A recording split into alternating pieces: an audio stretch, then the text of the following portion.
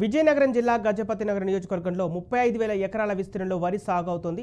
అయితే ఇప్పటి వరకు 600 నుంచి 1000 ఎకరాల వరకు ఉబాలు అయ్యాయని, మిగతావి ఆగస్టు 15 నాటికల్లా పూర్తవుతాయని గజపతినగరం నియోజకవర్గ ఏడీఏ మహారాజన్ తెలిపారు. ఇటీవల అల్పపీడన ప్రభావంతో వర్షాలు కురియడంతో 60% ఉబాలు అయినట్లు తెలిపారు.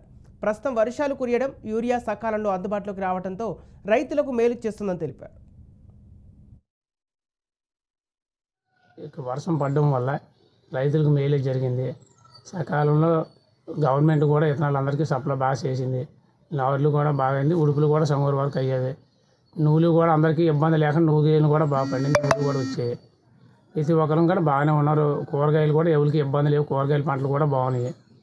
వర్షాలు పడ్డాయి, రైతులు మేలు జరిగింది, బాగానే ఉంది.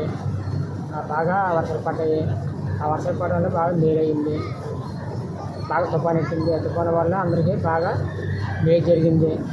ఆ మేలు అందరికీ ఇబ్బంది లేకుండా ప్రతి రైతుకి కూడా ఆయన బాగా మేలు జరిగింది.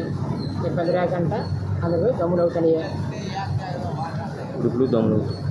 దమ్ములు కూడా అవుతున్నాయి శుభ్రంగా.